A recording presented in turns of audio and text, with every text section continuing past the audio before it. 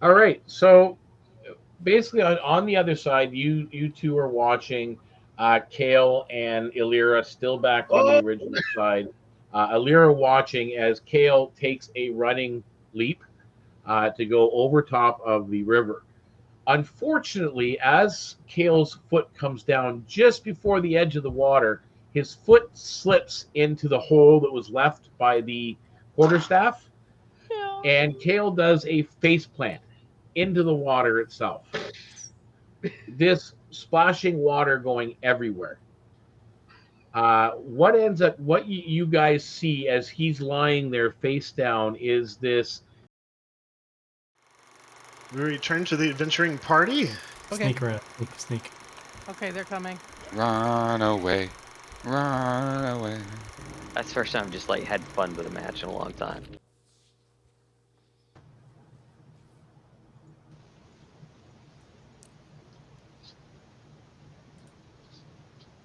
Hello, everybody. Hello. Hello. Hello. Like to say thank you to our audience for tuning in. When and if you do tune in and watch either live or the recorded session, that's fine. Either way, this is something new for us as we live stream a kind of a mini adventure. It's not even really a full one shot. It is just a mini adventure that will bring our characters. These are all third level characters out of the Discord roleplay and into more of a tabletop or virtual tabletop in this case uh, environment. And we will be using theater of the mind in case anybody is wondering. We won't be using any battle mats at this particular time as I'm still adapting to new stream setups and so on. So we'll figure that out. So just to go around, and I'm going to ask everybody to kind of introduce who they are and what character it is that they are playing. So we'll start it right next to me, which is Kale Thunderstride. Hey, I'm Jack. I'm going to be playing Kale Thunderstride, a fell-handed giant who has come from Usafia and has decided to go wandering uh, the Middlelands, specifically the Mistwood, in order to find ancient arcane knowledge and try to blend his his giant magic with his dragonborn with his dragon ancestry. Excellent. Gabba. All right. Well, Gabba is my little 3-foot goblin. She's a barbarian. She's been out in the wild all by her lonesome, but then she found Mistwood and all the fun people, and have been making friends and having fun. Excellent. And Alira. Hi, I'm Lorelai, and I'm going to be playing Illyra Tidewalker tonight, who is a coastal-born human ranger. So, and Uh-oh. she came to Mistwood to try to solve a few interesting mysteries. Excellent. And we've lost our fourth player. Oh no. So we'll give her a moment here to see if she can reconnect. Oh, there we go. And she's back. And so we're perfect timing. We're on to you now, Luka. Who are you and who are you playing? Yes. Hi, I am Jenny, and this is my character Luka Greycliff. She is a variant human warlock, and she comes from the Ether Bloom, where she has her unicorn patron has sent her out into the world to see what is wrong with the Mistwood, for one, right any wrongs, and to kind of learn about her own people and what's out there in the great wide world. Excellent. Excellent. Now, just to sum it up as well for those watching, Luka has mentioned she's from the Ether Bloom. That is our original campaign setting version or variation of the Feywild. It's a little bit more chaotic and violent in some cases than the Feywild is, which is kind of saying a lot, I guess, because the Feywild's pretty crazy to begin with.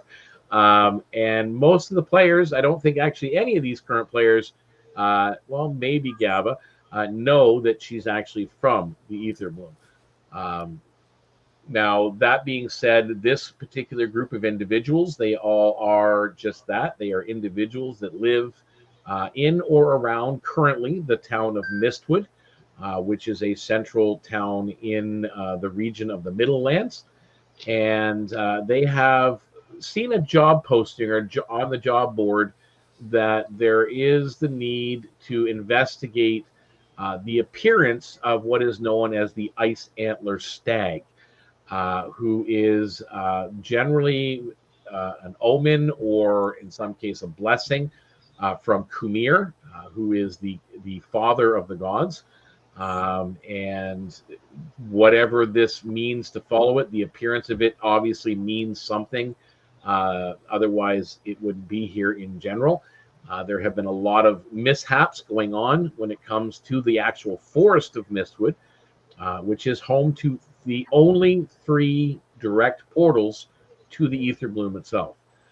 So it's a very active and interesting arcane environment.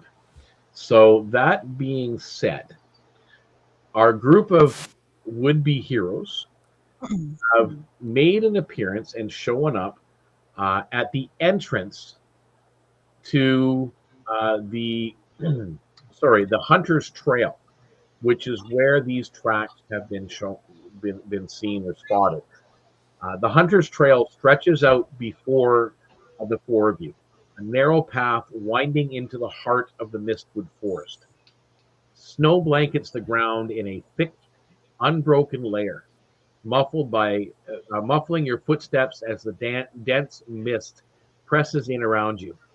Every branch, every bush, tree is cloaked in frost, and their shapes blurred into shadowy outlines. Because of the fog that drops down to about 3 feet off the ground, visibility is stifling. No more than 10 feet ahead of yourselves are you able to see. This mist swallows all, with the exception, of course, of Gabba, who is about 3 feet tall. You spot the tracks again that have been talked about. The Ice Antler Stag's cloven hooves leave a faint, icy shimmer behind, as though the snow itself cannot conceal the godly creature's passage. Its presence hangs heavy in the air, a faint sense of divine purpose pulling you forward. The trail curves to the left up ahead, deeper into the mist-shrouded forest. You guys can make me a perception check.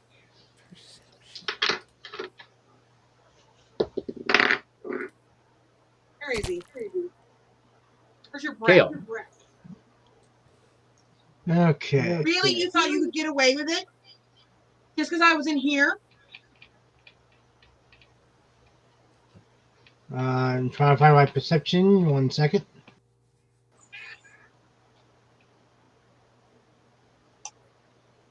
Okay. That would be a 19. 19. Okay. And for Gabba? 18. 18. Nice. Luka? 23. 23. Serena? Hang on. Sorry.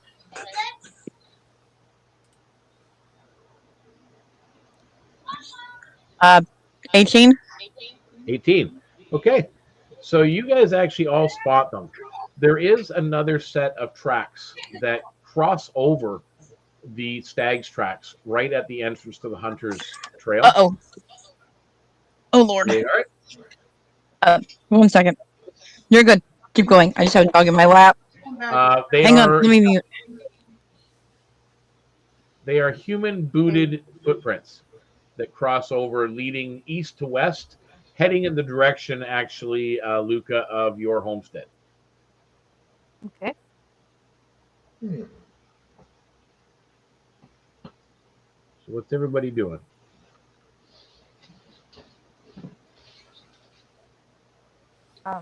If Kale we are is just going. Go ahead. You first. If we are close to the homestead, she would call her familiar out to her, who will appear as a form of white raven. 200 yards, 300 yards.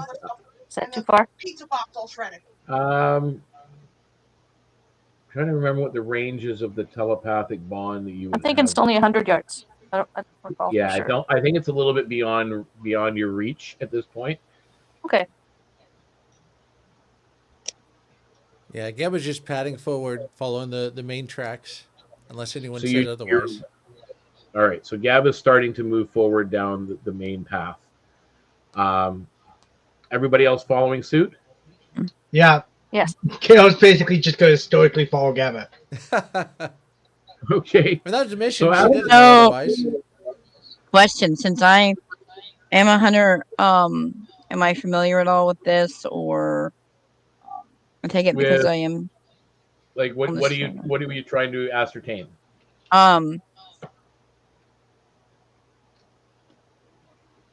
So we are following the tracks, right? Sorry, I was a little distracted because hey, Yeah, you are following the tracks of a great stag. Now, keep in mind, you really have, other than myth and legend, you have had no direct knowledge of the Ice Antler Stag because, again, no one usually is said to have seen it, except for one person in the party, which is Gabba, says that he or she claims to have seen it.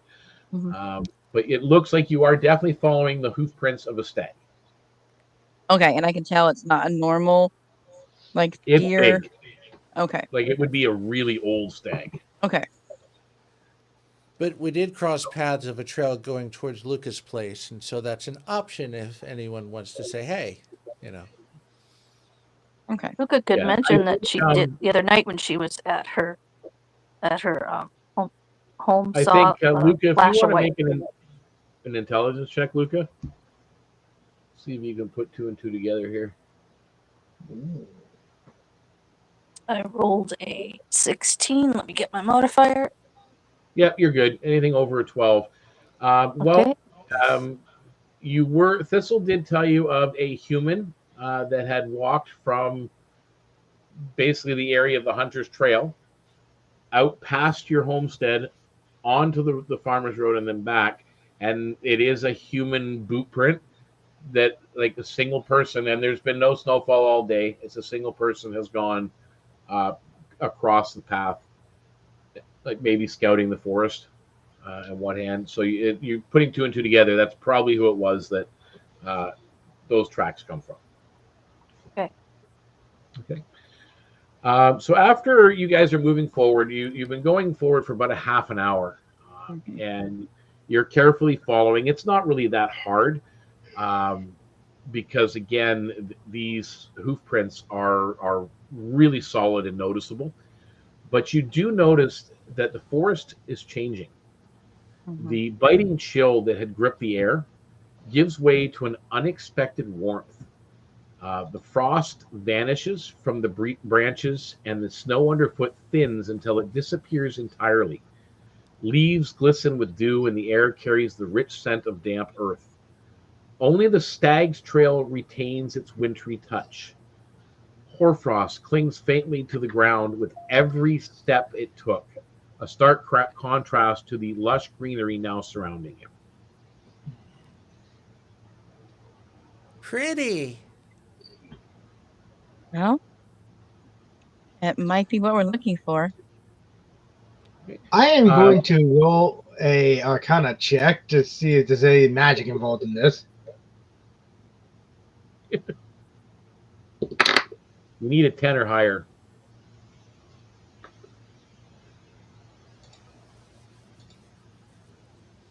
And that would be a 10.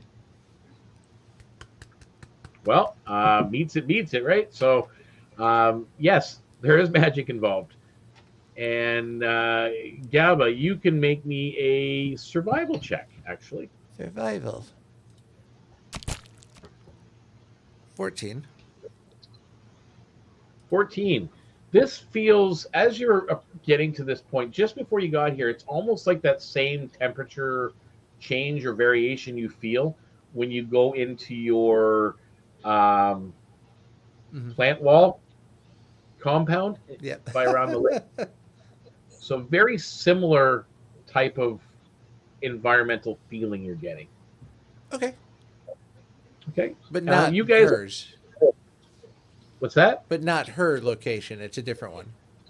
No, it's not. Yeah, exactly. Gotcha, It's not. gotcha. You're nowhere near where your camp is. That's for sure. The Stag's Trail leads into a dense thicket where the trees grow closer together. Their gnarled roots twist through the undergrowth. As you press on, the ground shifts beneath your feet, and a sudden tension pulls at your legs. Looking down, you see creeping vines writhing through the earth, winding towards you like searching fingers. What do you do? Kale. Okay. I'm going to try to do maybe an insight check here. See if I can see the intentions of these vines. Okay. And that would be a 17. With a 17, you kind of, you examine the movement of these vines and what they're doing. They're plants. They don't seem to have any kind of necessary sentience to them, and their whole purpose would be to ensnare anybody passing through it. Okay. So we'll leave it at that. That's your action. You did an insight. Gabba, what are you doing? She'd be like, ew, ew, ew, ew, and just try to get out of the way of them. So you're trying to avoid them? Mm-hmm. Strength or athletics check, please. Well, it's the same thing for me, so athletics. Okay. Ooh, that's a 23. Nice. So, Gabba, using your athletics, you see a rock nearby, and you leap up onto the rock and away from these vines, avoiding their grasp.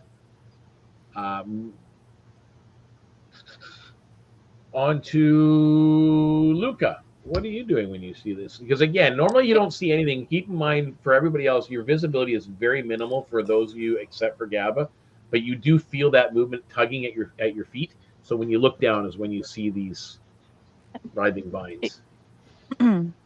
Luka would say, "Tangler vines," and try to backtrack and get out of them. Okay. So are you going to use acrobatics or athletics to try and get away? Acrobatics. Acrobatics. Okay. Ooh, I rolled a nat 20. That's a 23. Nice. Nat 20. You manage, in the fog, you manage to see an outline of what you think is a branch, and you jump up just enough and you do grab on, and you swing clear back just about 5 feet and away from their ensnaring movements.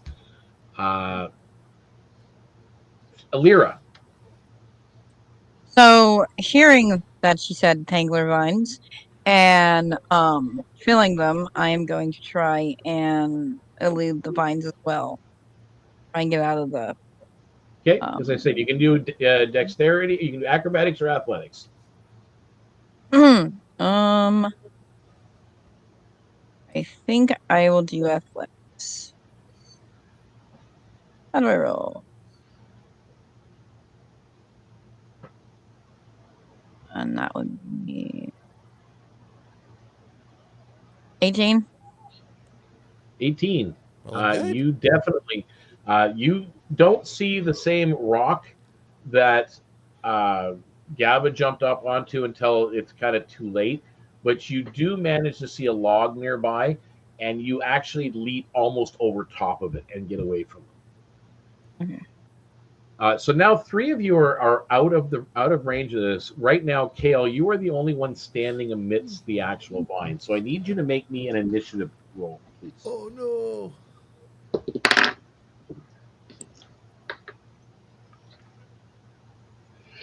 So much for me trying to think this might not be so deadly. 15. Okay. Okay, you actually beat me, so you do get the opportunity now to avoid. Are you going to use acrobatics or athletics or do something else like attack them or cut them or burn them or whatever? Like, what is Well, I have a burning spell. what is your what are you choosing to do? Yeah. I'm gonna let my dice decide that one. Oh, and they decide to choose the violent option. Firebolt. Right at the plants. Okay, roll damage. Okay. Trying to know how firebolt damage is.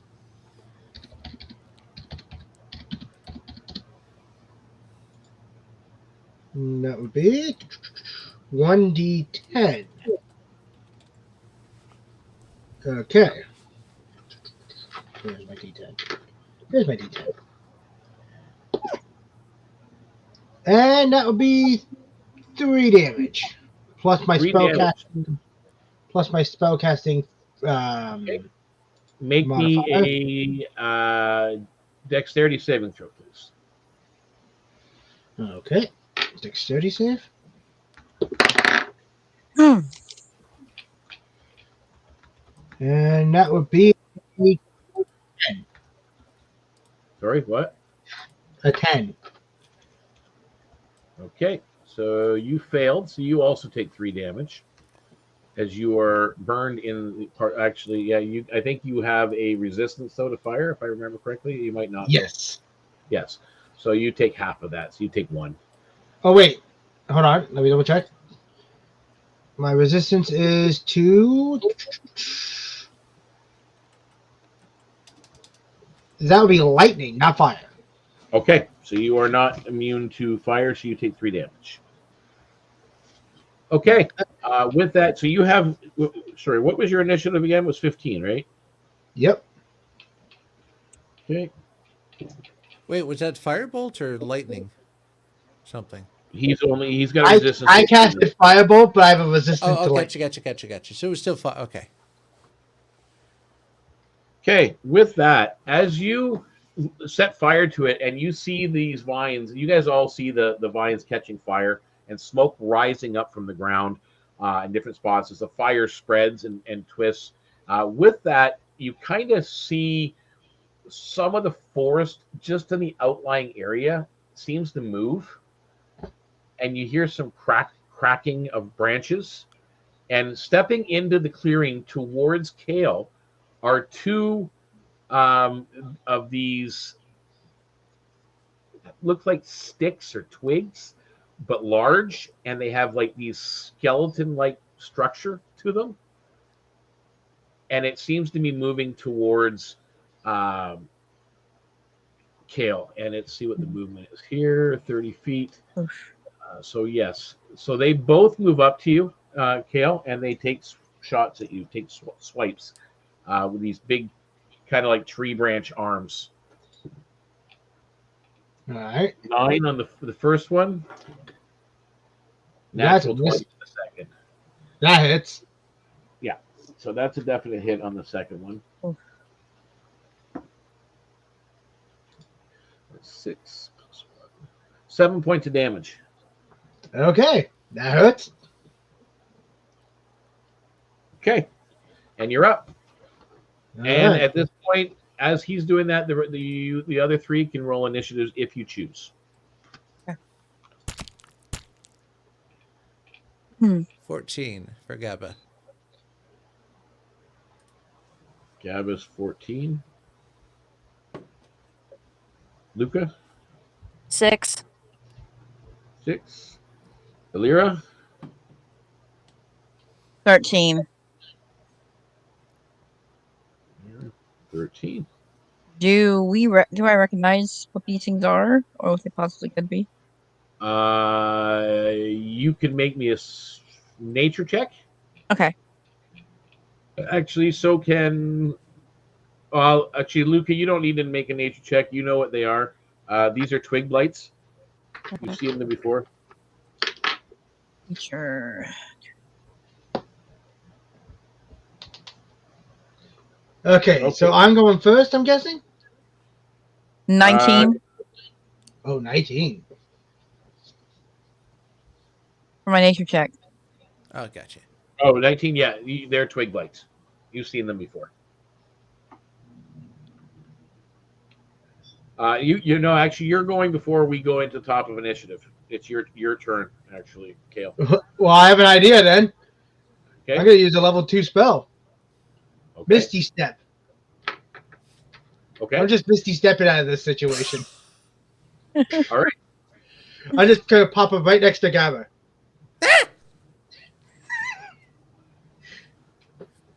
All right. How do you do that? So you've I know the spell Misty Step. At the top of the initiative round are the blights, twig blights, and they're kind of looking around this clearing. They see Gabba and now Kale up by Kale just behind the rock, Gabba on the rock. They see Luka just back a little ways, just outside the clearing. And of course, they do see Alira kind of standing behind a log. They are still looking rather irritated and agitated. You do not have to engage. You can take this round to disengage and leave the area if you choose. Well, Gabba has a plan, so. Okay, if you choose to stay in initiative. Actually, I'm just going to go through the initiative order, and we'll see what you guys choose to do. Yeah. At this point, the closest one to the blights is actually Luka, so they're going to move towards Luka at this point. So both of them moving. They do not get close enough, though, to take a swipe. They're still about 5 feet away from you. Mm-hmm. So on the next one up is Kale. You are next, and then Gabby, you're on deck. So if they're approaching Luka, that would prompt Kale to try to defend Luka in this case. Which means I'm casting a spell. Okay. What are you casting? Ooh, that's an idea. I'm going to try to cast Chromatic Orb so that it doesn't hit Luka, it just hits those two. Yep, you got enough space to do that. So tell us what that spell does. Yes, I need to double check that one again. What spell is it you're casting? Prismatic Orb? Chromatic Orb. Chromatic Orb? You hurl an orb of energy at a target within range. You choose acid, cold, fire, lightning, poison, or thunder. Which I'm thinking fire would be the best for plants. And then make a ranged spell attack against the target. On a hit, the target takes 3d8 damage of the chosen type. Okay, so you can target one of them. Yep. Okay, so you hurl this orb of fire, basically, towards one of the twig blights. And then I gotta make a ranged spell attack. Which I rolled a 17. That hits. Okay, so 3d8. 7, 8, 2. Quite a lot. Okay, you see it literally burst into flames and almost like explode. Twigs flying everywhere. Gabby, you're up. Alira, you're on deck. Oh, no. Okay, well, Gabba's going to try to run up and get between Kale and the other twig. And she's going to be like, stop, make friends. And she's going to cast Goodberry and put a Goodberry in front of the twig to try to make peace. And that's her action. Okay. Serena would be proud. Oh, dear. Okay, so you cast Goodberry and you've laid a Goodberry down That's it. at the ground. All right, And that brings us to Alira. What are you doing? Okay, so question: do I know if these things are controlled by another creature, or what brought them to us, or why they're irritated in general? You know, and especially in Mhm. these particular woods, you have heard that twig blights can be used and Mhm. controlled by other creatures, but they also are a pretty naturally occurring entity within these woods themselves. They are, Mhm. when disturbed, aggressive.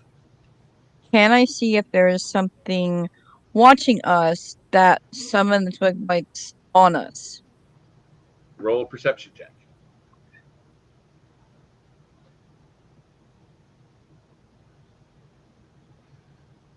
Being at 20. Yep, you Nice. definitely search around, and if you're looking, and you see, you're looking, you see fog and more fog, I don't see. and oh, and you see a twig blade. I tried. Um, and I guess in that case, you know what? I will hold my action in case it decides to attack Gabba. Then I will attack it Okay, so you're holding an action. All right, with my Luka, you're bow. up. So Gabba has run in between. Mm-hmm. Gabba's Uh, running between the twig blight and Kale. okay, There so is 5 feet of space in between you and the twig blight in front of you. okay. I would seek to disengage, thinking that us getting caught in the vines, especially fire blasting the vines, might have been what's irritated them, so it might be our own fault. So she would step Okay, away you if she are, could. you're just yep, you definitely can. You're five Maybe feet away. whisper a few words in Sylvan of sorry, we were just trying to pass in Sylvan. In Sylvan, okay, and Mhm. you take steps back and away to disengage. You are more than you were 5 feet away, so you're not going to trigger an opportunity attack. You have stepped away. It then turns its attention on its turn now, turns and looks at Gabba, who has put this good berry down at its feet. It moves the 20 feet between the two of them and takes a swipe. My attack action will go off. Yep, it sure will. And I don't think this is going to hit you. Java, I think it is a 13. Does a That 13 comes hit you? shy. It just comes up short. So swing and a miss. Gabba came up shorter. Oh, It misjudged your height. Fish. 20. What was it?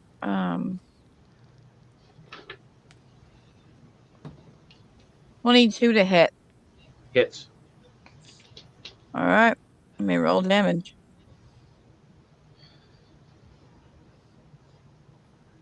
Where's that? That's 5.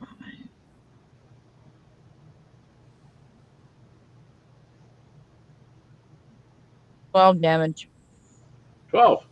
And you, sorry, what were you hitting it with? My my master crafted longbow. Okay. So you managed to target basically the skull, what looked like the skull of this skeletal tree. That's what it really looked like, and knock it from its place, and the entire thing just clatters to the ground. A bunch of twigs and sticks scattering everywhere. The clearing at this point is silent. Gabba goes to grab a twig to keep with her. Maybe she can regrow it, make it a friend. Kale just basically plays. You first. Just looks over at Gabba and raises an eyebrow. Take it. What do you plan to do with that? I'm gonna plant it and grow it and make another one, but a good one. You're a strange little creature, but all right. Thank you. Kale just gently places his hand on Gabba's shoulder and just goes, "Not everything is good-willed, unfortunately." Did she know his name yet? Nope. Tall man make fire. Yes, my name is Kale Thunderstride. Kyle make fire.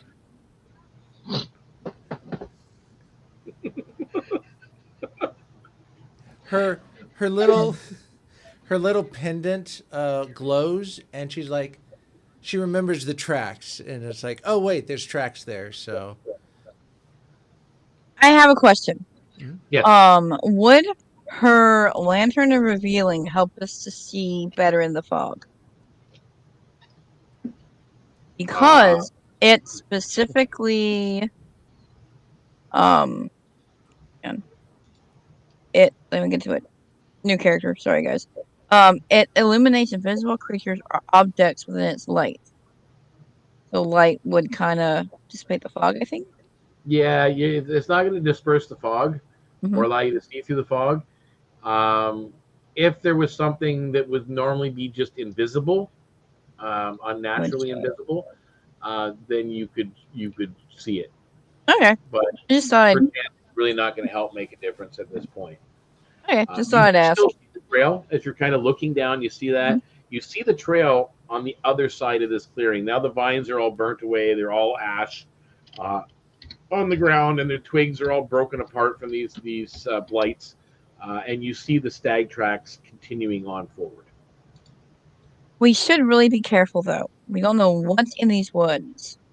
And there may be things in here that may or may not want us in here. So let's be on guard. All right? okay. Yes. So you're all continuing forward? Yes. Yes. Carefully. So you all continue the trail forward. And as I mentioned, you're in some spots are all mucky and leaf-covered grounds, but you still see these frost-covered hoof prints leading forward for about another 30 minutes. And at that point, it leads you to a shallow stream. You can the waters are glowing an eerie light blue. The stones beneath the surface seem to shimmer as if alive. Their shifting patterns almost hypnotic. The air is heavy, charged with magic. A faint hum emanates from the water itself. Crossing without disturbing the stream may be more challenging than it seems. You might actually have to just walk through it, but unless you can find another way. The hoof prints continue on the other side. How wide is the stream? It's about 10 feet, 10, 15 feet here and there. Yeah, Gabba just goes to the edge and stares, gives the others a chance to figure out what they're going to do first. I think she goes over and kneels next to the water. Is this like you said, it's unusual water? Can she cast Arcana or something to see what's different about this water? So you're using an Arcana. You're not just an Arcana check. Yes. Okay, roll Arcana To see what she can figure out.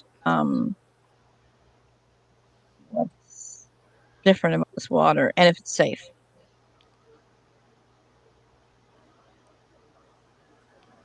Let me know what you get. Will do. 19. 19. Well, one, definitely magic. Water, stones, riverbed, all of it seems magical. As for safe, you're not really sure. Maybe.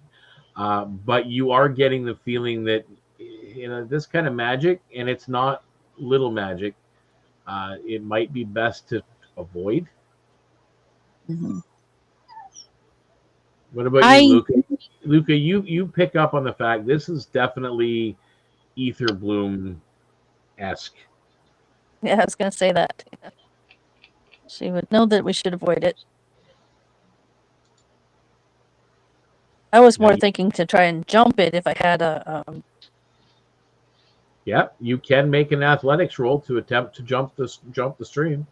Does anybody I have a? do have an option that might work. I need to check though if that's a possibility.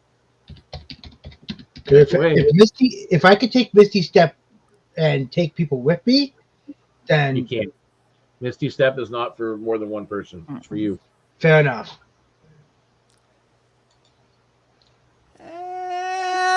Jump! And she makes her running jump. Gabba tries to jump the stream. Okay, athletics check. Athletics. 14. 14. You make it to the other side, clearing it by a good foot. Come on, it's easy.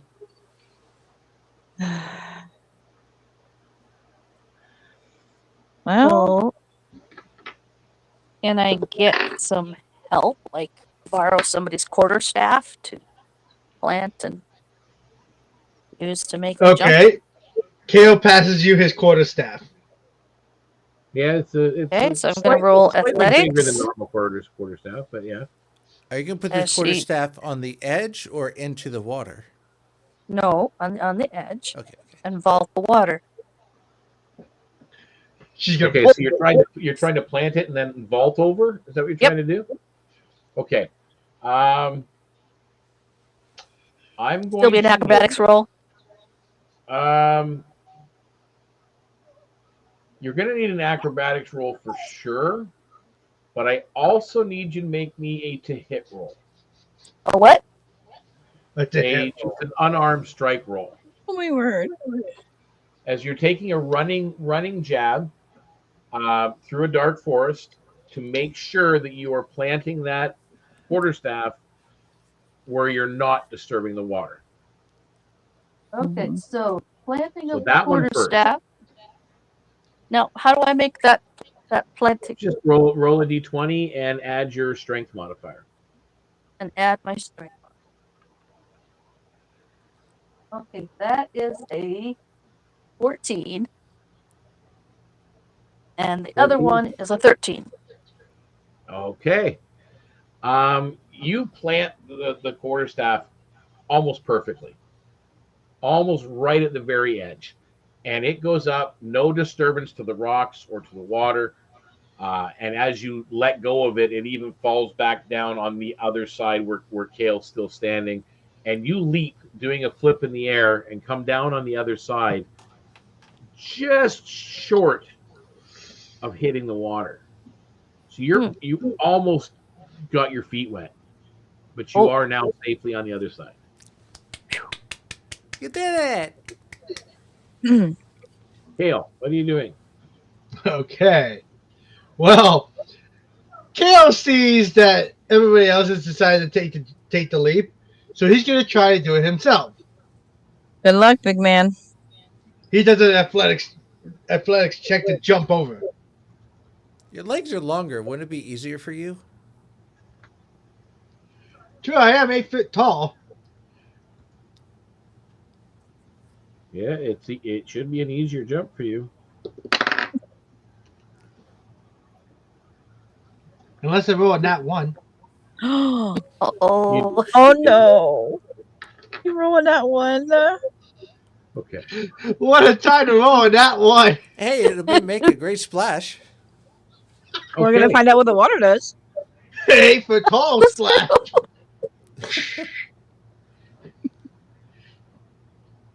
All right. So basically, on the other side, you two are watching Kale and Illyra still back on the original side. Illyra watching as Kale takes a running leap to go over top of the river.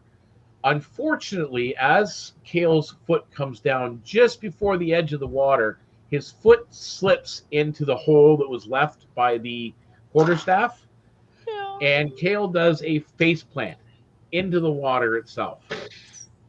This splashing water going everywhere. What you guys see as he's lying there face down is this humanoid figure made entirely of swirling, semi-transparent water. The body is constantly shifting and rippling, droplets falling to the ground, only to reform into a liquid form as well. Its eyes gleam like tiny glowing pearls, and faint steam rises around the edges as it moves, giving it an ethereal, almost ghostly appearance. Its voice gurgles like a babbling brook, and its laughter sounds like the splashing of waves against a rocky shore. While small, you know what this is, Luka. It is a water mephit. It's deceptive in its agility, darting across, the area with a fluid grace. It carries an aura of dampness, and wherever it seems to go, everything around it is getting wet and slippery, leaving tiny puddles in its wake. What do you get?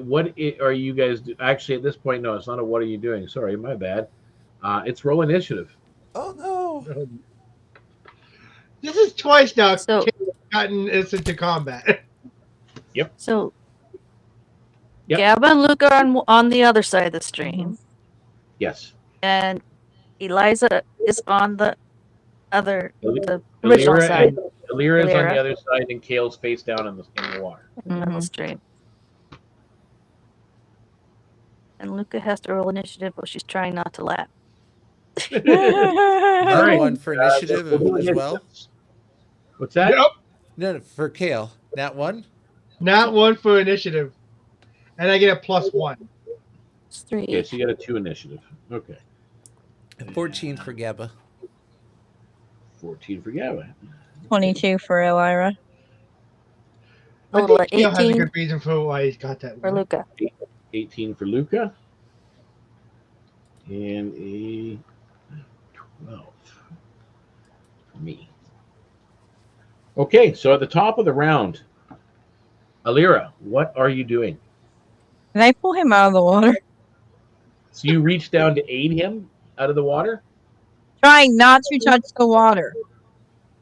Okay. I want to try and pull him out without touching the water. You do realize at this point, because this thing is still close enough to you guys, you could definitely get an opportunity attack off.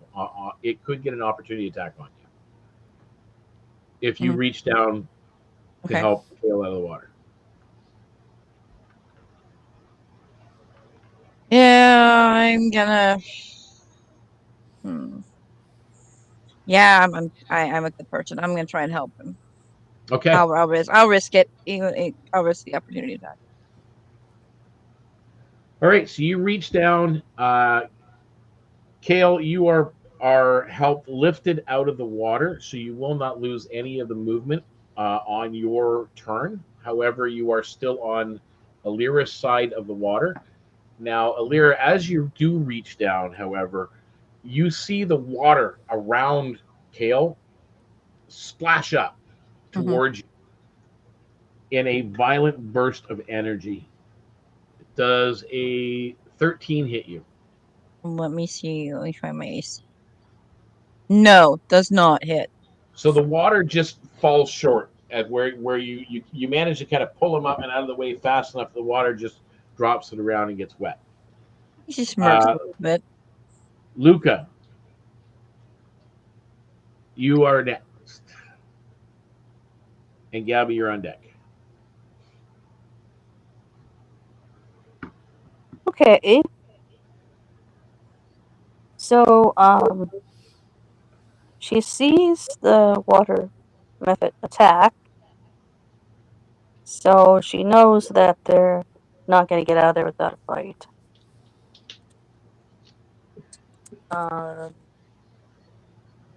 So I guess she's going to try and throw an Eldritch Blast at it. Okay. Eldritch Blast.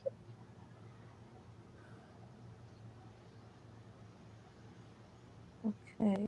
Spell attack.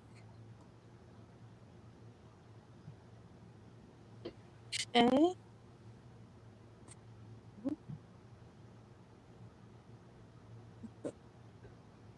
Rolling. That's 16 plus 6. Okay, you hit. 21. Definite hit. Do 1d10 plus 4.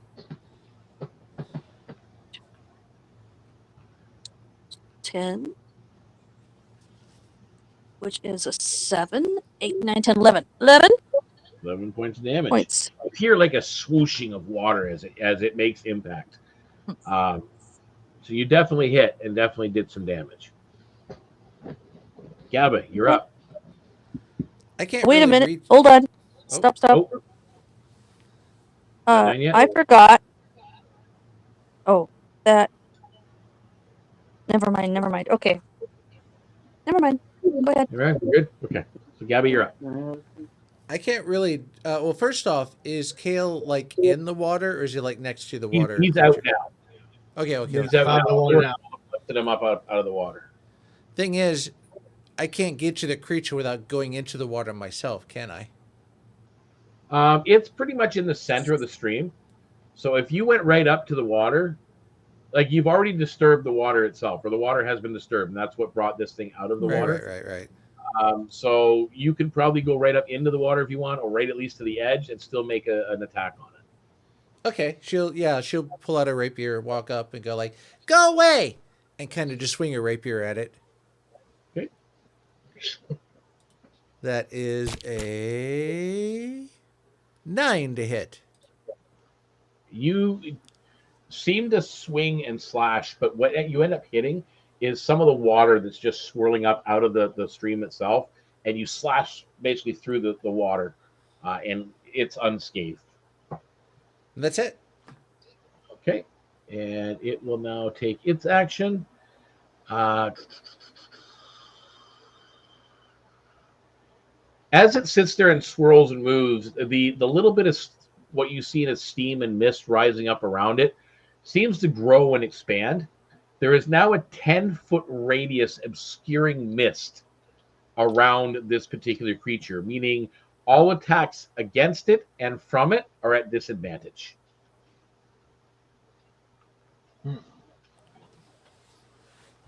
And that's it for its action, and now we are on to Kale.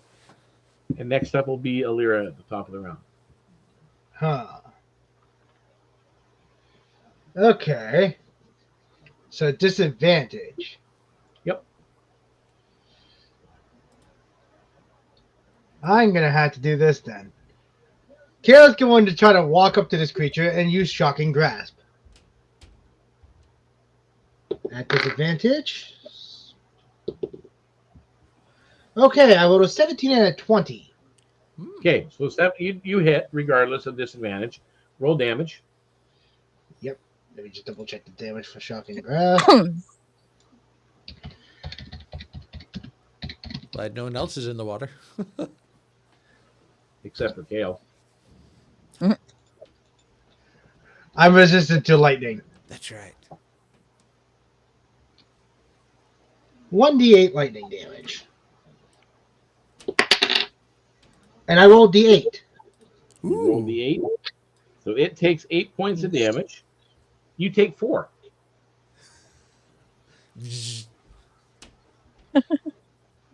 And now top of the round, Alira, you're up. All right. So is it where I can hit it with a sword without going into the water and getting electrocuted? You will be right at the edge of the water, therefore you'll pretty much have contact with the water. Oh. I mean, there's not much more that can happen to you unless Kale decides to do Shocking Grasp again. Okay. So it has taken damage, so yay. Okay. Yes. So you have disturbed the water elemental method. So I am going to attempt to hit it with my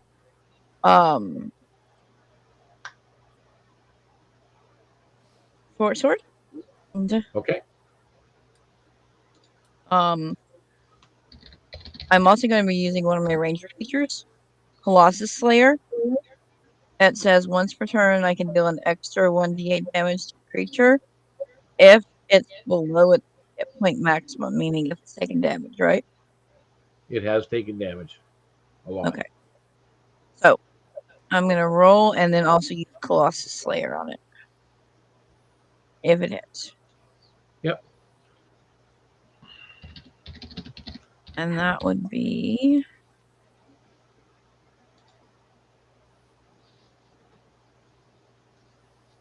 where's me? Okay. That'd be a 27 to hit. 27. Disadvantage? Yes. Yep. Okay. So you have hit it and roll damage.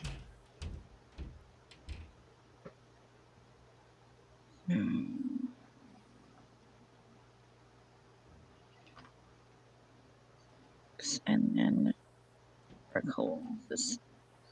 Much better sword than I am.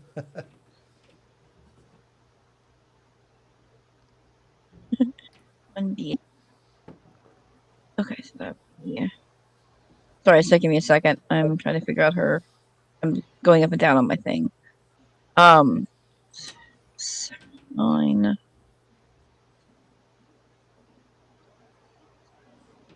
So that'd be a total. There's no on it.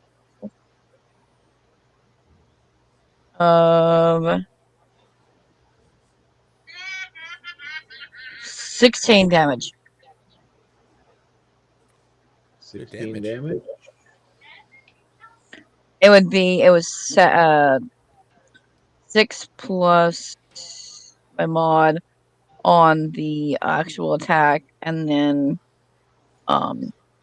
7 on the colossal Okay. damage.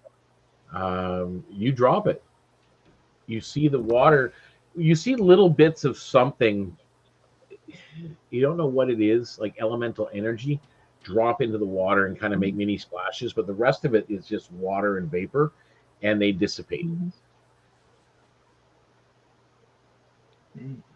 So the things that drop into the water, we don't know what they are. Just saw them drop in. Yeah, it looks like you've destroyed it, and the mist just disappears after about another 30 seconds. Big man, you need to be a little more careful. Kale nods as he just pops a potion and just drinks it down. You I can okay? definitely tell none of you all have been hunting in here. I am a sorcerer. I blend my magic with my dragonic ancestry. Give me 1 minute, guys. Yeah. Well, you need to be a little more careful because I'm starting to realize we're gonna have a lot of fights. Luka I can do don't fire think- too. I don't think anybody's a healer, are they? I am a sorcerer. Just be careful. I tried to jump. No, you gotta kick off. You know, And we saw how well that went. like up in the air. Try again.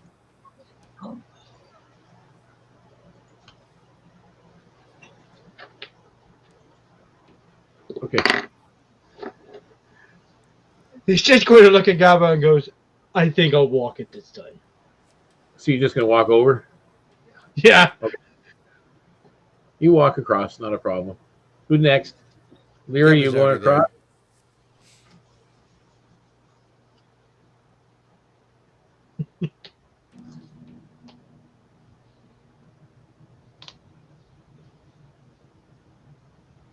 Okay, so is everybody crossed over? Yes, I crossed over. Okay. All right, so you guys cross over and you continue your trek, following this trail. You are starting to pick up, Luka, that there is definitely a lot of ether bloom energy here, but it's corrupted. There's something that is twisting it and drawing it out in different directions. For what purpose, you are unaware. Where it's coming from, you're unaware. It could be from way deep inside the Mistwood forest. It could be from the other side. It could be from anywhere. So She you felt just see good of that you're, the day she you're arrived. definitely getting a bad feeling. It's just getting worse.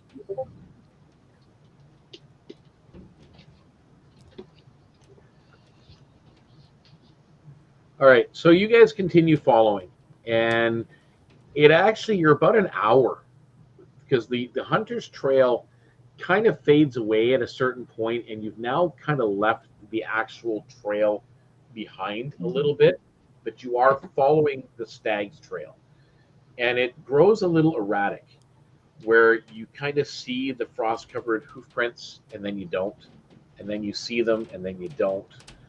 So it's taking you a little bit of time as it's leading deeper into the Mistwood forest. So you've been out now almost 2 full hours. And the trail itself leads to the base of a massive blackened oak tree. The bark is cracked and lifeless. Its roots clawed into the soil like talons. Beneath its gnarled branches lies a crumpled figure. Looks like a wood elf, a hunter of some sort. His twisted and pale, his body is twisted and pale, his dark veins glowing faintly along his arms. As you approach, his head snaps upward, glowing eyes glaring with hatred. He rises with jerking, unnatural movements, clutching a jagged longsword that leaks a shadowy energy. Around him, vines writhe to life, forming monstrous shapes that lurch forward and attack. Guess what? Initiative. I never would have guessed. Do any of us recognize this elf through his appearance now? Make me. Well, let's see. Luka, no, because you're just a little bit too new for that. I will allow Gabba to make me a nature check, or a history check, and I will. Alira, you've been here hunting for a while. You can make me a history check as well. 8 for Gabba. Initiative. Me? 8 for Gabba. Yeah, Alira, you can make me a history check.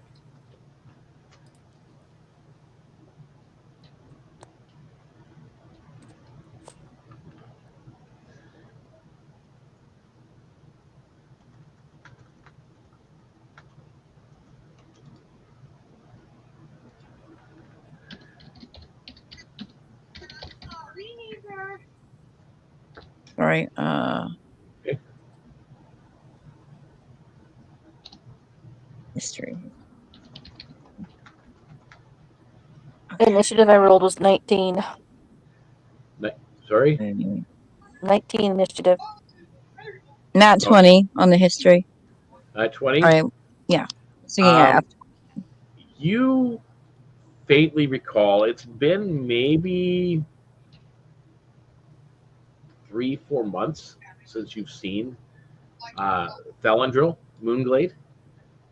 He is, or was, a respected guardian of the Mistwood and a quite renowned hunter at one point, known for his deep connection to the forest and unwavering vigilance.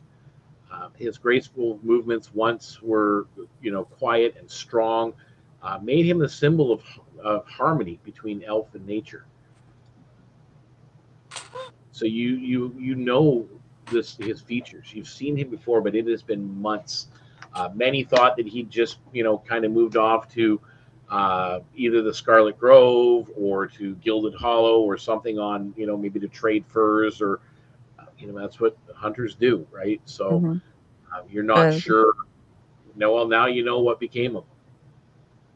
So because he's corrupted, now we know. Okay. So we'll tell the party what she knows, and then And everybody roll initiative as she shares this information with you. So, Kale, what's your initiative?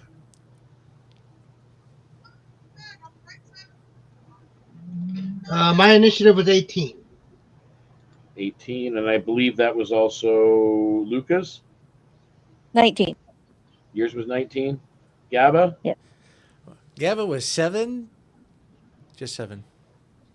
7. Alira? 30-20. 30-20.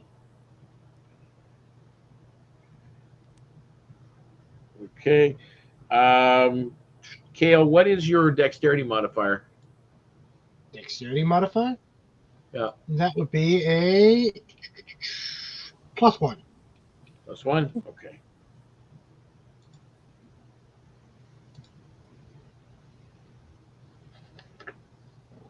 Okay. Top of the round is Illyra. Okay. You have, basically what you have is you've got a corrupted hunter. Mhm. You have 2 vine blights and 1 needle blight. Okay. So, judging who would be the most dangerous among the hunter, right? Just based on what I know. Your easiest target and probably your closest target is going to be one of the blights. Mhm. They seem to be trying to run interference anyway. Okay. So, I will try and attack one of the blights. Okay, you going to go for a vine or the 1 needle? The needle. I'll go for the needle. How far away am I from it?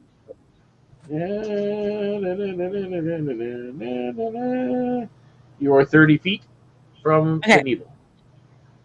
I'm gonna use my bow and attempt to try and hit it. Go ahead. All right. Correct. I'm okay. So,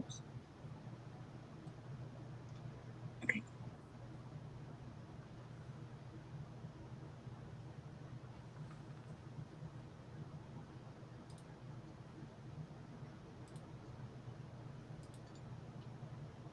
I think that's a 20 to hit. 20 to hit. Dirty 20. 23. 23. You hit. Nice. I'm trying to make sure I get my math right. Sorry. No, you're fine. That's okay. You're working off of a new character sheet too, right? So Yes, I am.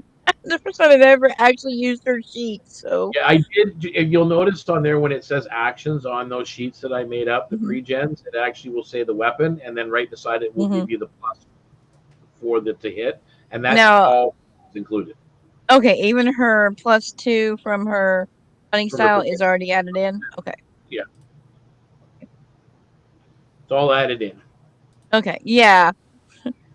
I'm scrolling up and down trying to learn this character sheet, so I Yeah, apologize. it's just I tried to make it as simple as possible. So if you just focus in on the actions, it'll tell you if it's I like the way it's all right. So I do like the way it's how much damage? laid out. All right, D8 plus.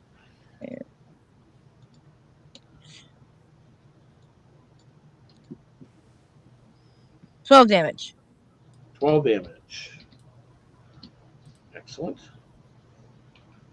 Okay, and next up is Luka.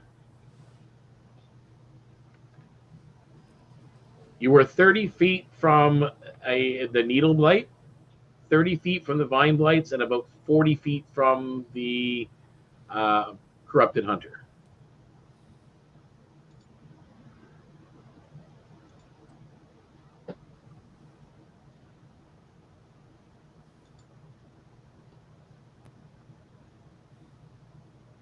Oh, you're muted, Luka. Oh, sorry. It's okay. I was wondering why I'm like, wait, I don't hear you. Since they're still a little ways away, she's going to take this opportunity and cast an Armor of Agathis on herself, Okay. which gives a protective magical force around you, looking like a spectral frost that covers Luka and her gear, and she gains 5 temporary hit points. And if a Nice. creature hits her with a melee attack, while I have those still, then they take 5 cold damage. All right. Nice. You may And it's have a to remind second me of that level when I get to slot, it. so actually it's going to be 10. 10. It's a good spell, for sure. 10 temporary hit points and 10 cold damage. Okay. So next initiative, the vine blights are moving towards you guys. They only move 15 feet. as does the needle blight.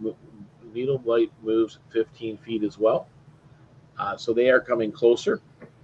So now all the blights are 15 feet from you guys, just so you are aware. And the corrupted hunter moves 30 feet. So he is 15 feet from you as well. So you are aware they're all within 15. So they move. The needle blight will make his action, or their action, and let's see who he's going to focus his target on.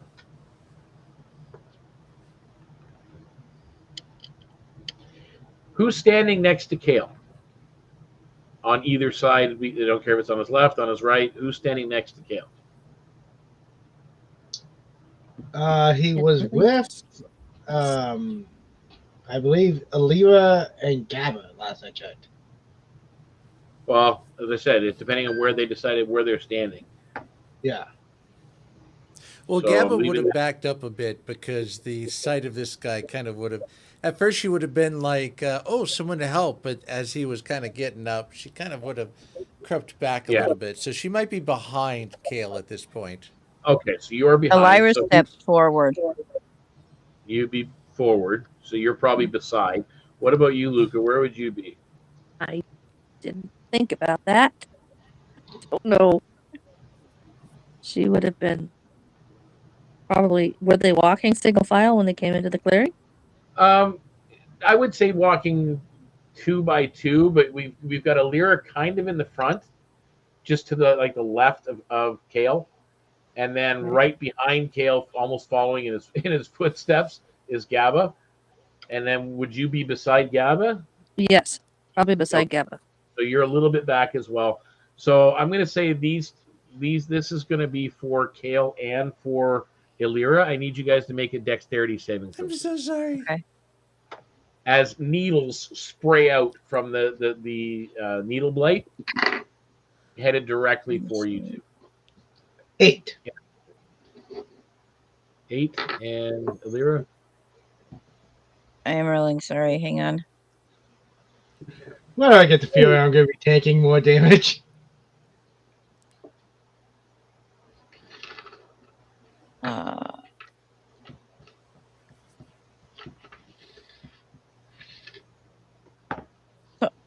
My brain for some reason. The saving throw is a mod plus the thing, right? It's listed underneath your skills. Okay.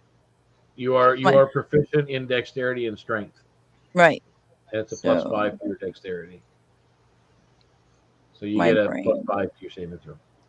Okay. Sorry, my brain for some reason is not Okay. working right now. 19. I know new sheets are difficult sometimes, especially when someone else makes them. Yeah, I'm trying to adjust to how to do the character sheet, and my brain isn't grasping certain things right now. But that would be a 19.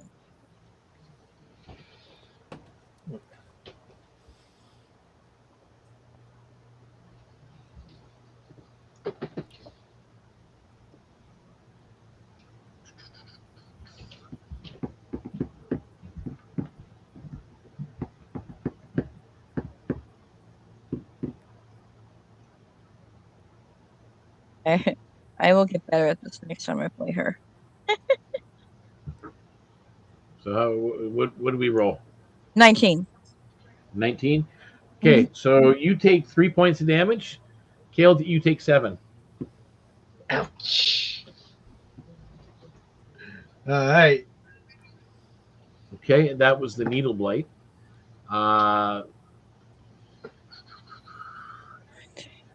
The vine blights are basically going to cover all of you at this point.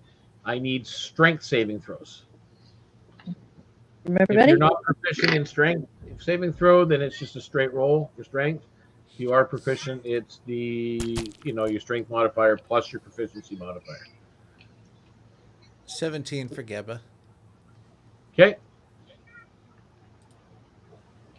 All right. Strength saving throw. What did you say about the strength? If you're not proficient in strength saving throw, it's just your strength plus your strength modifier. If you are proficient, you also get your proficiency bonus. That's how the saving throw works.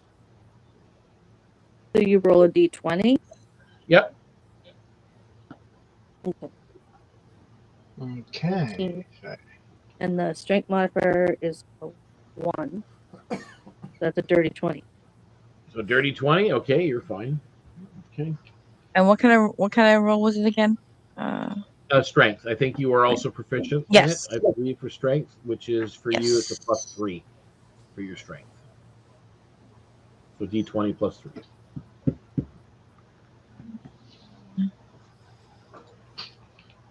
Fire.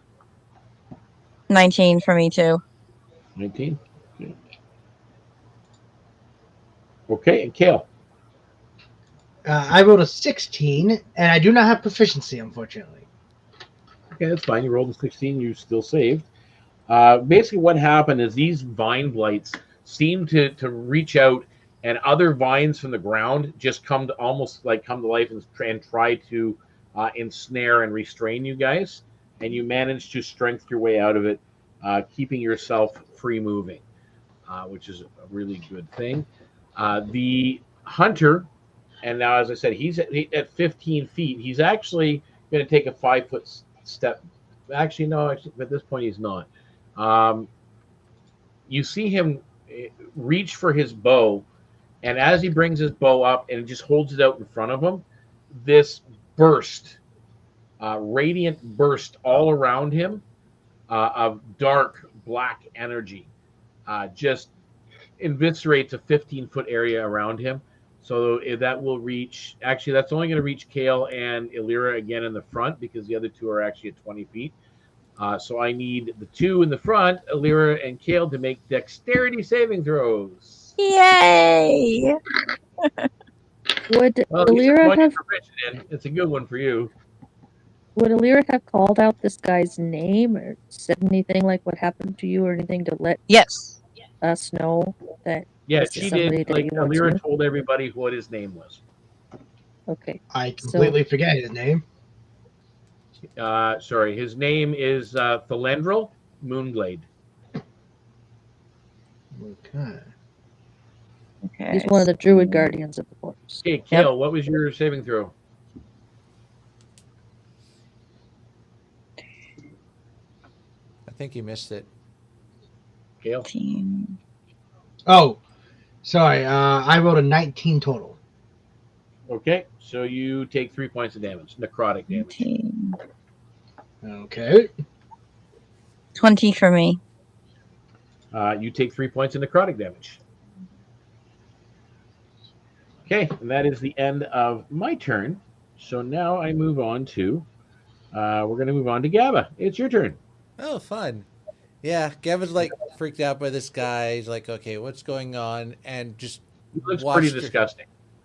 Yeah, and then just watched her friends get shredded, and she just like, you hurt Gabba's friends, and she kind of rages out. Her hands kind of become sharp claw-like, and she charges the needle blights and just takes a couple swipes. You taking a swipe at the needle blight? Yep. All right. So one strike with the claw, and that is a 13 to hit. Okay. 13 to hit, and I believe that actually hits. If I remember correctly. Yes, it does. All right, that's going to be okay. 8 slashing, and I want to check something. No, I don't have it. 8 slashing. And then I make another. Is he still up? Yep. Yep. She'll make with the bonus attack of a follow-up claw attack. Part of that feature, and that is going to be 23 to hit, That hits. and that is going to be 7 slashing. Now, was this supposed to be a disadvantage? Nope. Okay. And that's it. She just races forward, raging, and just takes two claw attacks at one of the needle blights, and just kind of maintains her presence. All right, so the needle blight goes down with that hit, and the 2 vine blights are still there, and then of course the hunter is still there as well. But you are now within range of all. That's fine. Essentially. And we're at the top of the round. Lyra. All right, so I will. So there's 2 vine blights and a hunter. Mhm. Corrupted hunter.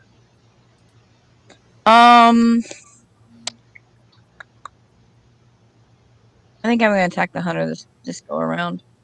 Okay. Again with my bow. So. Oh, joy.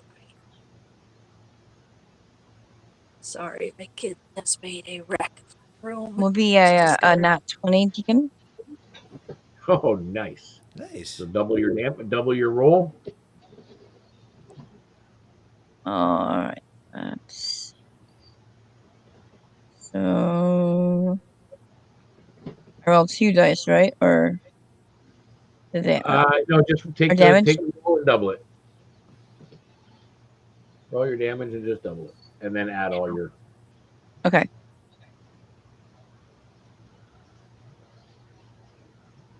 So I got an 8, so that would be a 16, right? Yep. 16 damage plus whatever. Plus 5. Plus 5, so 21. Mm-hmm. So 21 damage.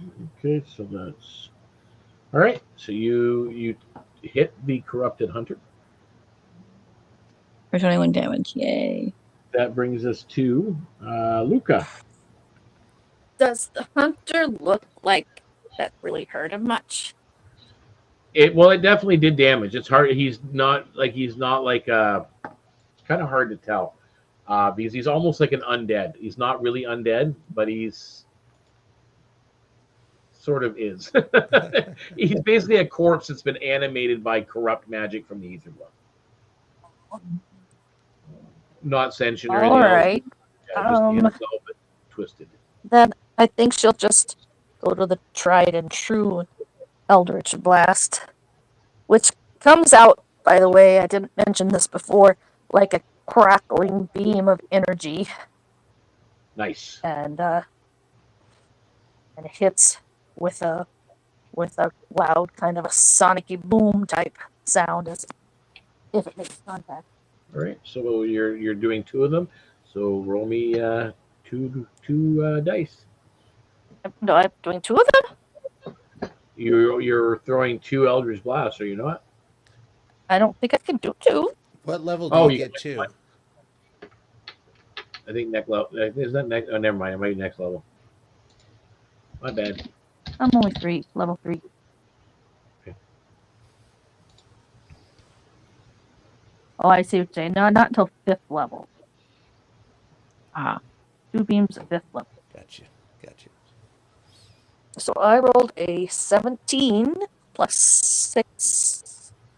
Nice. All right. It thunks 24. into the chest plate of the corrupted hunter. Roll damage. So that would be 6 points of damage.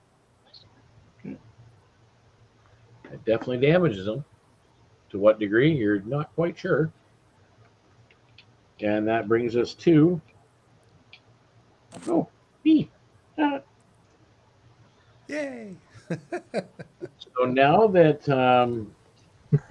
you are within melee range, Gabba, and because you moved into attack, the 2 vine blights are going to just try and slam into you with the big, large vines swipe up and go to hit you. The one, wrong dice. It's a 19 to hit. That hits. And the other is a 10. So that misses, I'm sure. Yes. So a slam is 8 points of damage, bludgeoning. Reduced to 4 because I'm raging. Raging. Okay. So you have 4 points. Yep. Okay, that's them. And as for the corrupted hunter, you see the corrupted hunter still a little bit back.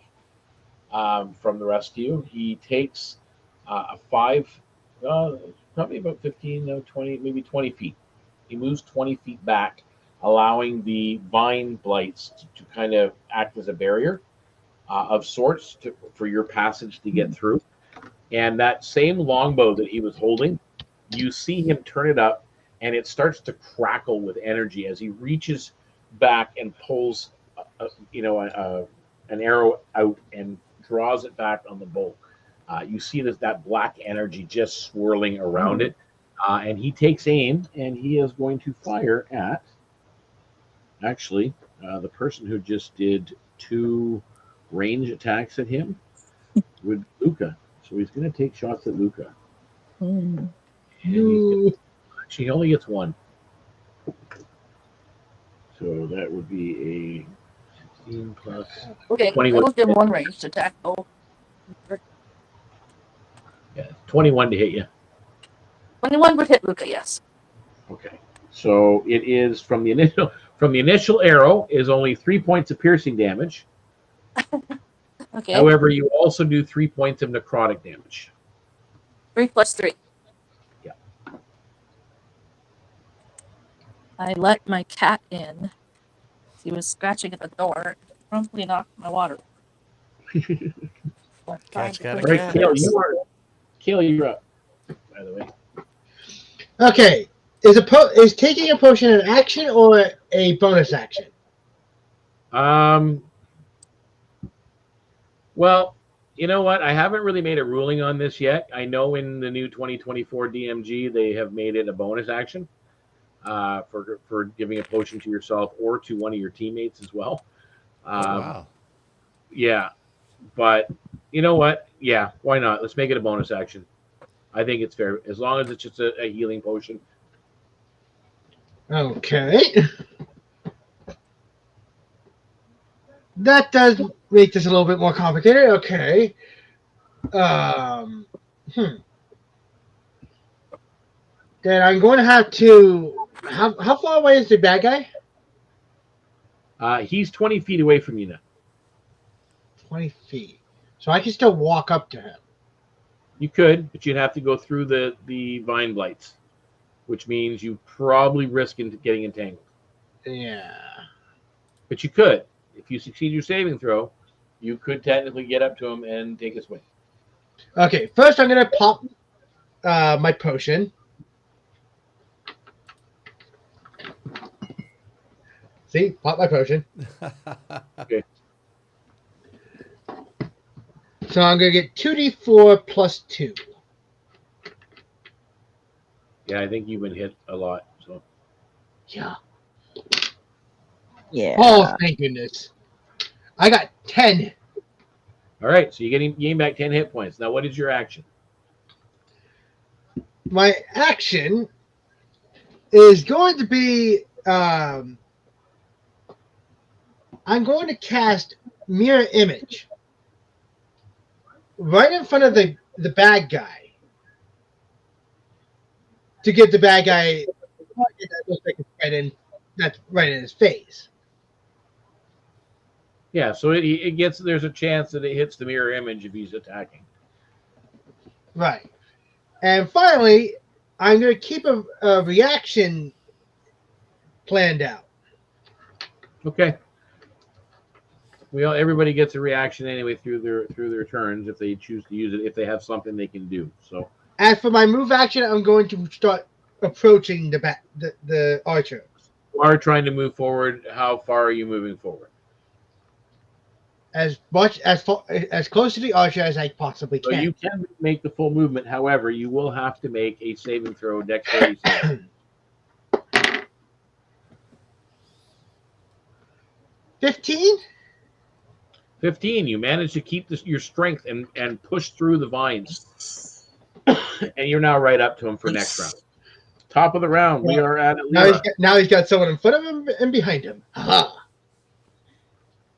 Does not count towards the So I am also action to pop a potion. You're going to take a potion. Go ahead. Yes, I'm gonna take a potion.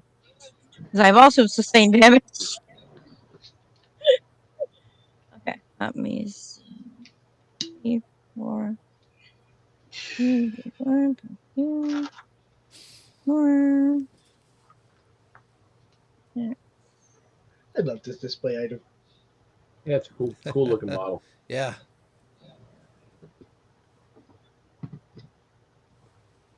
Yay! I get 10 HP back. Woohoo! Nice.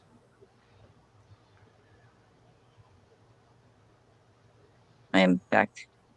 Okay, and then I am again going to fire an arrow as my action Okay. at the hunter, and I'm also going to try and use Colossus Slayer All right. on Go him. ahead.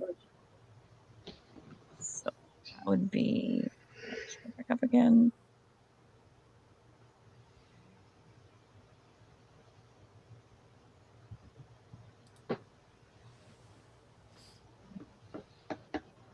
Sorry, I was just trying to get my things. That's okay. Okay.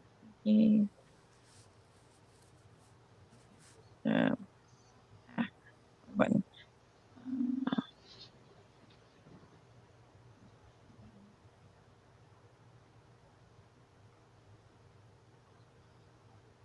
You can do it.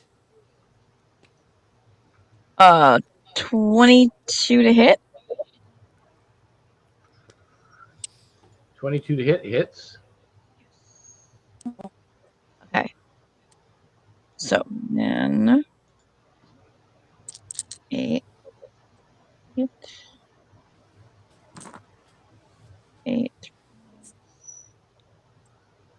5. So pluses is extra. Okay. Basically 2d8. 8. So that would be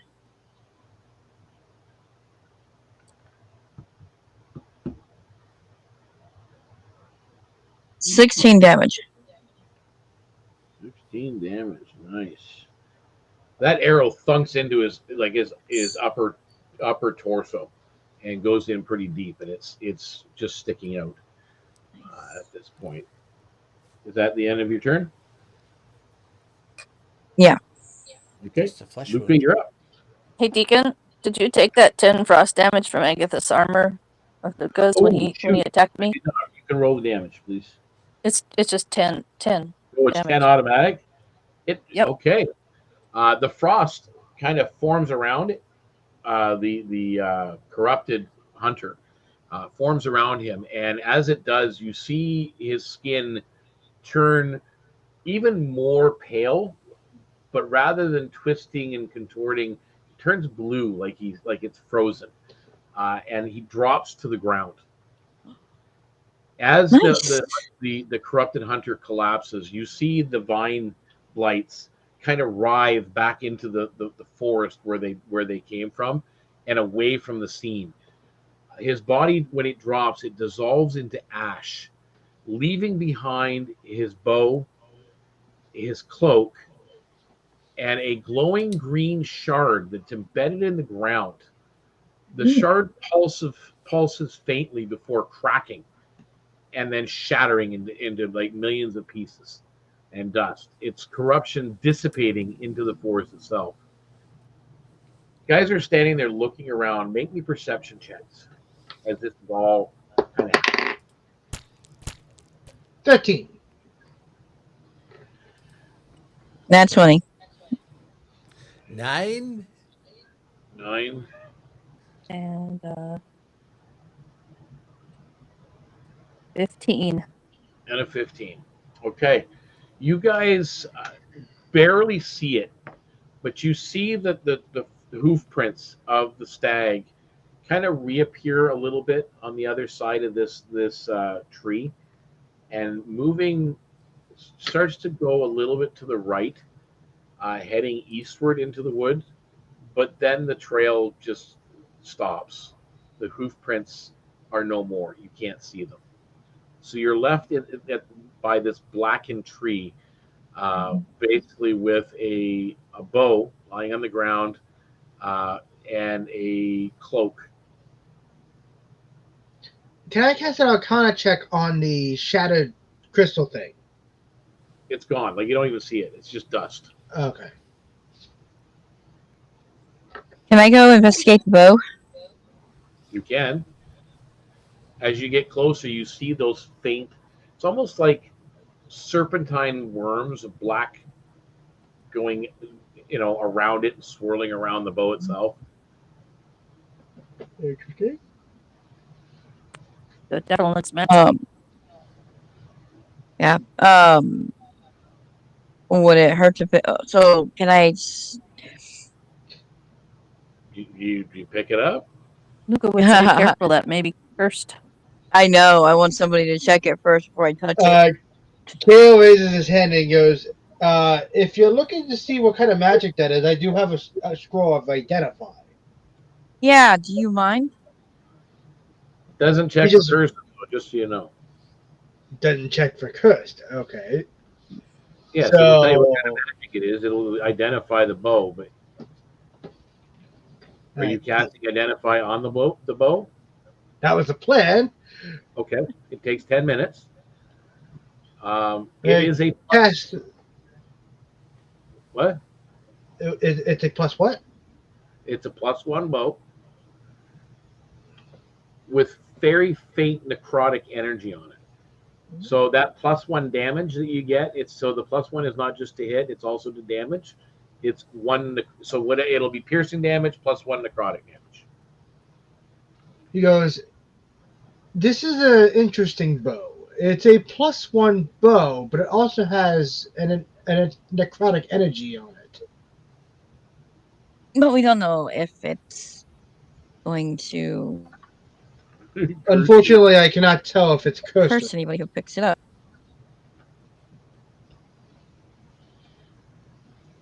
Well, how's the tree looking? Sorry, what was that, Gabba? Sorry, how's the tree looking? Is it still corrupted and gnarly, or? Yeah, it's black, twisted, gnarly. It's been corrupted to the point there's probably no bringing it back, but it doesn't look dead. It's just there. It's almost like a petrified tree. Gotcha. While they're doing that, Gabba will look around for any kind of acorns from the tree to take with her. Okay, you look around. You do find some old acorns that were dropped by the tree. Make me a perception check. Or an actually make it an investigation check, because you're looking specifically for items. Oh, -1 to investigation. Perfect. Sorry. That's a 3.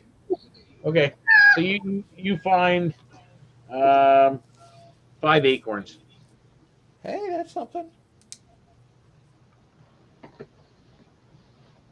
Luka, what are you doing? So she would go over to where the elf was. Did you say the body there of the elf is kind of like faded away? It's gone. It turned to ash and dust, and in its place, there's just a cloak lying on the ground. Okay. Does the cloak look like anything special? She might pick that up. Okay, you pick it up. It's a nice, well-made cloak. Probably better than most cloaks you've seen. She would fold it. Maybe ask other hunter gal if Lyra, if he had family that might return it to. There's proof that something happened to him when we found him, but he wasn't truly alive anymore. Might be a good idea. We possibly could wrap the bow in the cloak. That way we don't touch the bow until we can figure out how or if it's cursed. Okay, she says that she'd hand the cloak to her to wrap up the bow. And I'm gonna. So as you hand the cloak over, like you pick the cloak up, you've kind of folded it up, you pass it over to Alira, and as you're looking down as they're going to wrap the bow up in the cloak, you see a pouch lying on the ground. Oh, nice. Reach down and pick up the pouch. Peer inside of it. One's tied to a belt. There is 25 gold pieces and 2 gems inside. Nice. Each gem is worth 50 gold pieces. she would say, "Look at here, what I found on the ground." She shakes the gold and the gems out onto her hand. Nice. Nobody expects a pouch to be cursed. Don't give True. me ideas. So you guys basically pack up and you wrap up the bow in the cloak, and the trail has gone cold. You head back the way you came. As you do, you find you get to the stream first. The stream is just a normal stream at this point. There's no blue glow anymore. The rocks are not glowing. You cross over, you get to that clearing where the vines and that originally were, and there's nothing there but just a kind of a worn out dirt clearing and packed mud. And then you continue back, and eventually you get back to the snow. It starts to get colder and colder and colder. It's nighttime. It's probably about -1, -2 right now. There's no wind, the clear skies. You see the stars above, the moon. Of course, you see the buildings of town. And you guys head back to civilization of sorts. I will let you know what you found, and you can role play getting this information in the Discord. The bow is not cursed. Oh, nice. It is just what I said. It's a +1 longbow with very faint necrotic energy. So the +1 to hit and +1 to damage. The +1 to damage will be +1 necrotic damage to the target. The cloak is a cloak of the huntsman. Nice. It grants advantage on wisdom survival checks for tracking. Nice. And then, of course, you got the coin. Well, if they found that out, then Luka would probably say this would probably be best used by you. And she hands it to Elira. Thank you. Can anybody else use a bow, or am I the only one that can? If that's the case, I will not take any of the gold. I could use one, but I don't have any need for it. Gabba would Kale, probably just Kale use... Sorry. You first. No, this was OC. Gabba would probably just use it as a club anyway. Yeah, and I don't think Kale uses a bow. Kale goes, I am a sorcerer. I do not use bows. I think one suggestion would be for Elira, your bow is a mastercraft bow. Yes. So it's a beautiful bow. So you can always give, because even though Luka doesn't have a current need for a bow, she can use it. You can always give her the mastercraft in exchange for a +1 longbow. Yeah, so I think what might be a good trade-off. she'll do is I think she will, and like ceremoniously. Huh? What's that? I think she will take the one, it's wrapped up, but ceremoniously take her bow off and hand it to Luka and go, can't use it yet, but maybe I can help you learn how to. I trust this will go to good hands. It's finely crafted. It was a gift to me, so now it's a gift to you. And you do know, by the way, Elira, you do know that Luka she's got the homestead the furthest north away from Mistwood, the town of Mistwood, without being out of its jurisdiction. It's the closest to the actual forest as well, other than Fenwin's place. Fenwin is like literally set right into the edge of the forest itself. She's got up the farm of the homestead way up, in the northern parts around, just as it wraps around. So a homesteader, especially near that close to the forest, could always use a good hunter's bow. Can you DM me the stats for these 2 items, Deacon, so I can have them? Yep, I can send you I'll put it through the Discord. I'll send you what they are. And then the rest you can divide up that gold and the gems. There is the jeweler will buy the gems at face value at 50 gold pieces each. He's there, he will do that. That's the unicorn's amulet. That's so if you guys want to role play it at your leisure, selling the gems off and getting some coin and whatever and doing that, feel free to do so. But that is basically the end of the adventure of the Ice Antler Stag's Trail. Yay! You guys enjoyed.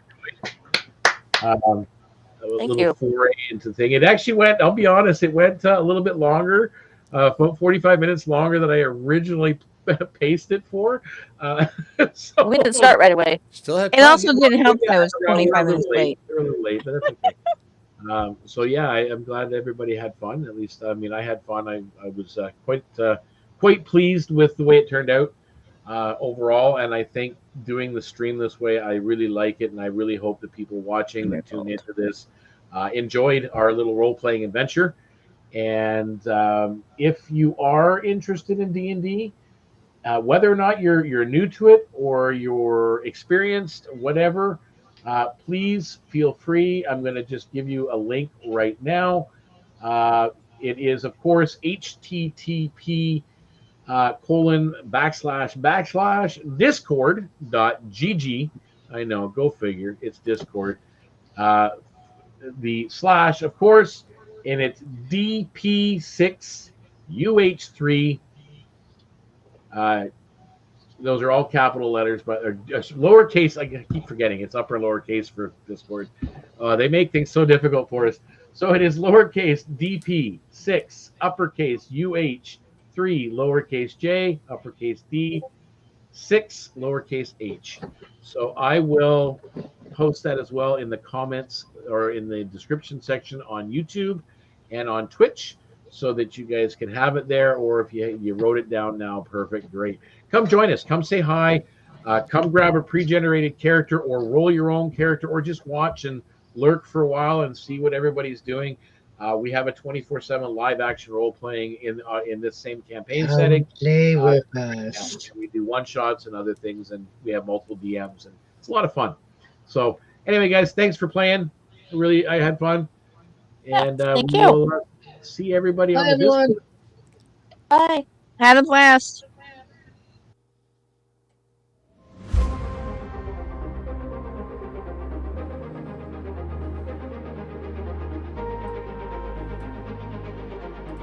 Hey guys, like and subscribe. Like and subscribe.